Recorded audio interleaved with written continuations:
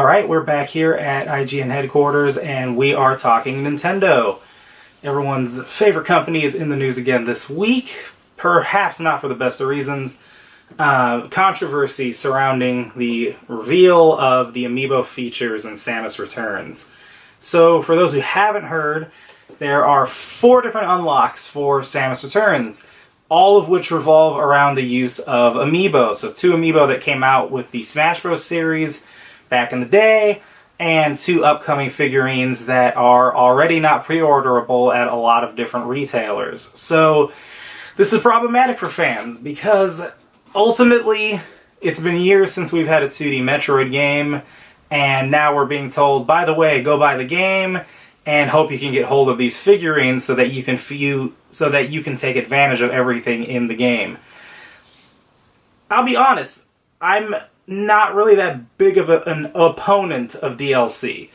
And if we're being honest, that's what Amiibo tends to be. It tends to be DLC that comes from the figurine itself. You tap it in, you get a costume, or you get an unlock for something.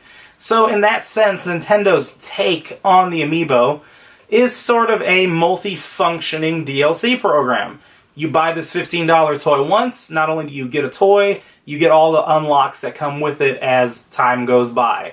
That's great, but as we all know after years now, Amiibo are not that easy to get a hold of. You have to deal with scalpers a lot of the time, you go to a store to buy them, selection's limited, and in this case, the Metroid Amiibo that's coming out for Samus Returns is looking like it's going to be another instance of, hey, more Amiibo to not be able to find in the store.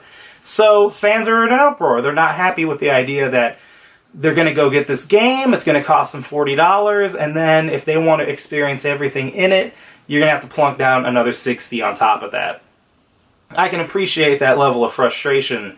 I think that of all the choices Nintendo's made to date with their Amiibo, Breath of the Wild and Samus Returns have both been problematic because there's features or items that are just being kept away from players who are diligent fans. You know, they show up, they play the game, they play it through to completion, but they don't have that toy. And without that toy, they can't get hold of things that they'd otherwise want to experience in the game.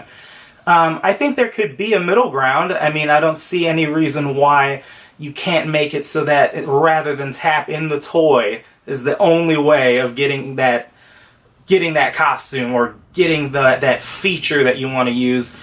Let people pay for it, you know? Charge $3 or $4, go through the eShop, say, hey, you don't have the Amiibo, that's fine. You pay this one time, you get it all.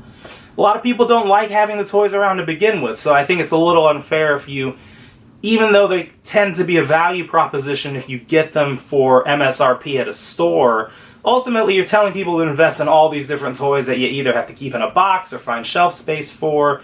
It's rough. I think that Nintendo could be handling it better, and ultimately what's going on with Samus Returns is kind of things coming to a head, and it's sort of been a long time coming. But we would love to hear what you think about this. Hit us up in the comments thread underneath this, or you can reach us on our social media, either on Instagram or Facebook.